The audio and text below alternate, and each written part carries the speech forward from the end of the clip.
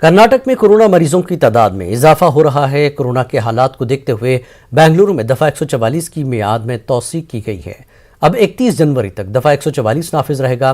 Bengaluru police commissioner کمل پنت نے اس بات کا اعلان کیا ہے۔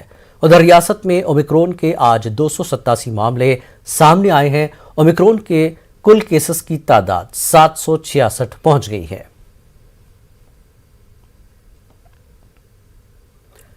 کرناٹک میں ازداد گاکوشی قانون کی خلاف ورزی کرنے والے بیف تاجروں کے خلاف پولیس کی کارروائی کا سلسلہ جاری ہے۔ چامراج نگر ضلع کے کولےگال میں پولیس نے کارروائی کرتے ہوئے 1226 کلو بیف ضبط کیا اور مقدمہ درج کیا ہے۔ ساتھ ہی 6 جانوروں کو بھی پولیس نے اپنی تحویل میں لیا۔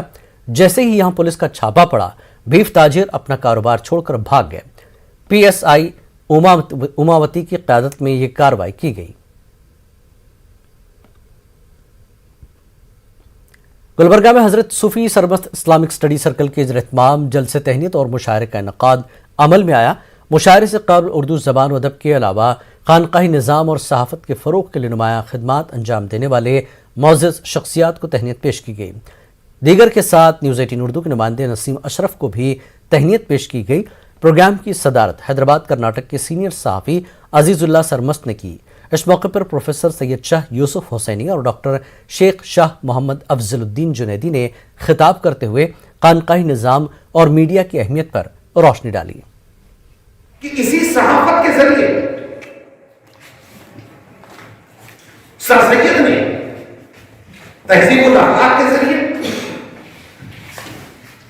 مولانا ابوالکلام آزاد نے البلاد الہدار کے ذریعے، البلاد الہدار کے ذریعے، اور تمام ہی صحافیوں نے ہندوستان میں موجود طاقتور انگریزی حکومت کو یہاں سے بھاگنے پر مجبور کر دیا۔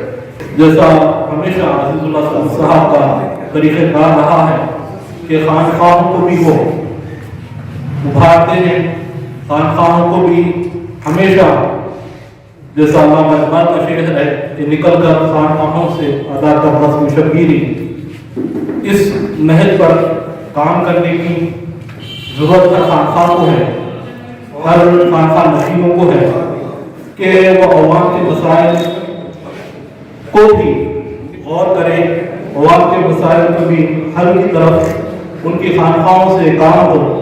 یہ ضروری ہے جیسا امن کا کام ہے۔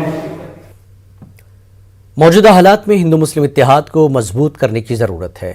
حکومت تمام طبقوں کی ترقی اور خوشحالی کے لیے سنجیدہ کوششیں کریں۔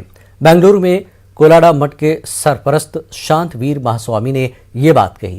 سنکرانتی تہوار کے موقع پر اکھل کرناٹک صوفی سنت تنظیم نے شانت ویر مہاسوامی کو تہنیت پیش کرتے ہوئے انہیں تہوار کی مبارکباد پیش کی۔ اس تنظیم کے صدر صوفی ولی باغ قادری نے کہا کہ اس سنکرانتی تہوار میں ہندو بھائی نیم کے پتے اور گڑ تقسیم کرتے ہیں تاکہ سماج میں سچائی، پیار و محبت آباد رہے۔